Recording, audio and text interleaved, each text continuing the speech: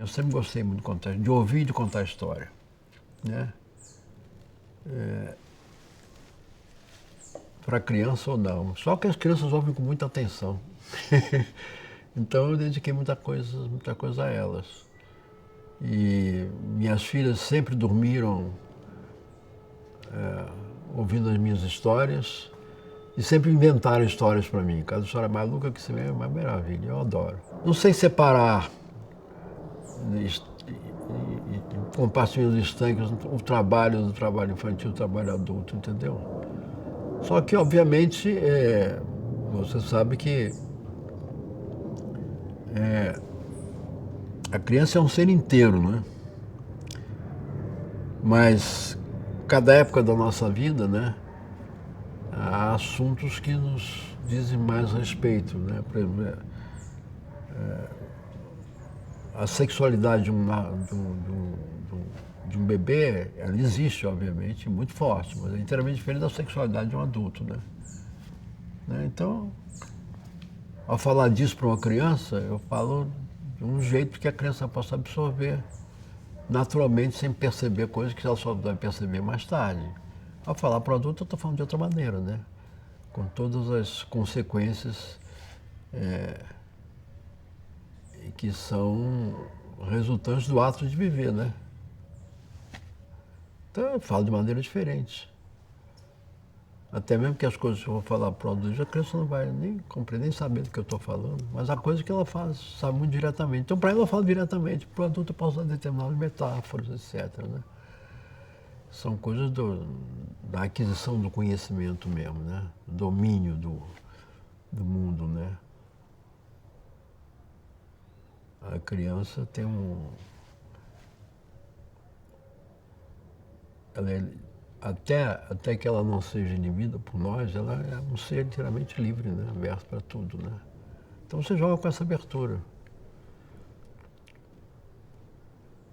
E o adulto tem limitações, você joga com essas limitações. E com a abertura que ele volta talvez a conquistar alguns, né? Eu acho que você, ao contar uma coisa para a criança, você tem um pouco se colocar no universo dela, né? Tem que embarcar nesse universo. É um universo de apreensão, de conhecimento, de conhecer tato, de conhecer as coisas pelo tato, pela forma, de conhecer, de adquirir domínio das distâncias. O adulto já tem tudo isso, né? Então você não precisa falar dessas coisas para ele, fala de outras. Eu me identifico, acho que todo ser humano tem que se identificar com seres humanos menores. Né? Menor no sentido do tamanho, né? Não menor no sentido da compreensão do mundo, né? É claro que as compreensões são diferentes, dependendo de cada idade, né? Uma coisa é eu ver e ouvir o canto de um pássaro, né? Outra coisa é fazer uma análise do canto do pássaro. Quando eu sou criança, eu só ouço. E absorvo inteiramente isso. Se eu absorver inteiramente, um dia eu vou estar pronto para fazer a análise desse canto. Mas agora eu não estou pronto. Estou pronto para ouvir inteiramente isso.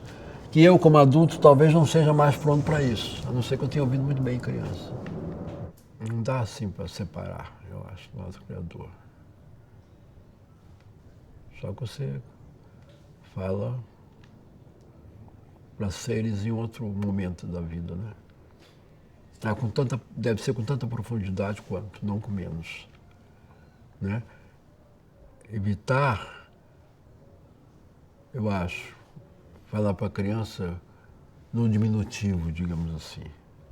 Não que eu seja contra o diminutivo particularmente, mas todo inho a mais, no fundo, tem um certo desprezo, eu acho, entendeu? Tudo que é inho, bonitinho, engraçadinho, bonzinho, não é nada disso, no fundo. Então, sem preconceito contra o diminutivo, mas acho que o inha, é um exemplo muito bom de como não lidar com as crianças. Porque ela é inteira, né? Não é menorzinho, não é pequenininho, não é pequeno, é menor, não é inho, né? O teatro para criança é teatro para criança, não é teatrinho, sabe? Não é bonitinho, não é bonito ou é feio, não é bonitinho, nem feinho. Que o inho não é nada. né? Sei lá. Talvez eu esteja de bobagem, mas enfim, não é bobaginha.